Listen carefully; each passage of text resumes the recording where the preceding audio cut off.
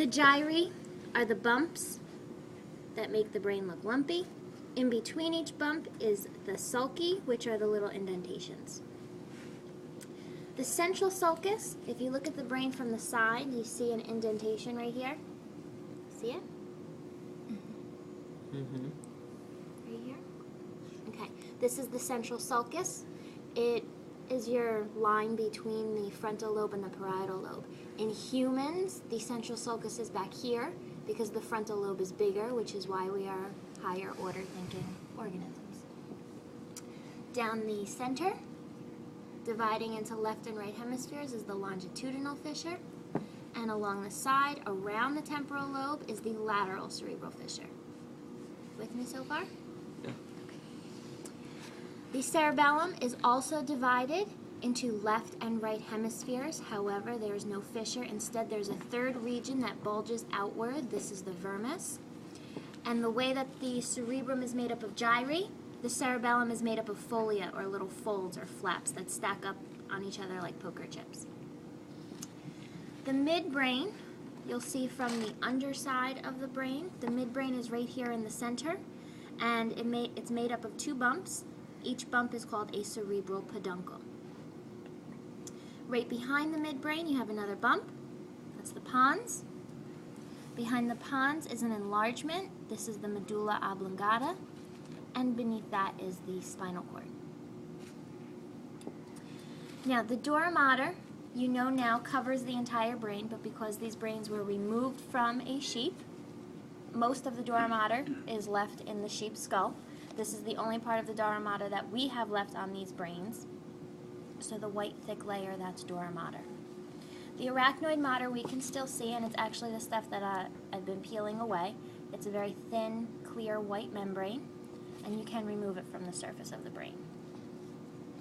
The pia mater, which is beneath the arachnoid mater, we cannot lift up, and when we try to, you see it starts to rip the brain into pieces. So the pia mater is too tight to remove. Now, on your list here, you have a few of the cranial nerves to identify on the brain. The way that they are numbered from 1 through 12, remember they're all in pairs, so you'll always have one on the right hemisphere and one on the left hemisphere. But they are numbered in order of anterior to posterior on the brain. So number 1 is going to be up by the frontal lobe, whereas number 12 is going to be down by the spinal cord. Okay? So olfactory bulb, this is cranial nerve number 1. These are right beneath the frontal lobe. The optic nerve, which is cranial nerve number 2, would extend forward from this point here. You would have one going this way and one going this way, one to each eye. They meet in the middle here. This point here is called the optic chiasma. And from the optic chiasma, the optic nerves extend back through optic tracts. You see them go here back into the brain. Okay? The mammillary body is between the cerebral peduncles. The pituitary gland is on the outside of the dura mater. The oculomotor nerves, this is cranial nerve number 3. One is on each cerebral peduncle. The trigeminal nerve, this brain has them here. Okay, so I'll show you where they attach. See how big they are? The trigeminal nerve is very easy to find because of how large it is compared to the others. So it actually sits right here like this. So to tell you where they come from, they come right out from the sides of the pons, right here and here. Okay? And most often you'll find them in the dura like this. The abducens nerve are these teeny little ones on the bottom of the pons, right where it becomes the medulla. They're very, very tiny compared to the trigeminal. And the accessory nerve, accessory is the shortened form of spinal accessory. So because they're called the spinal accessory, they run parallel down the sides of the spinal cord. Now the last part is my favorite part.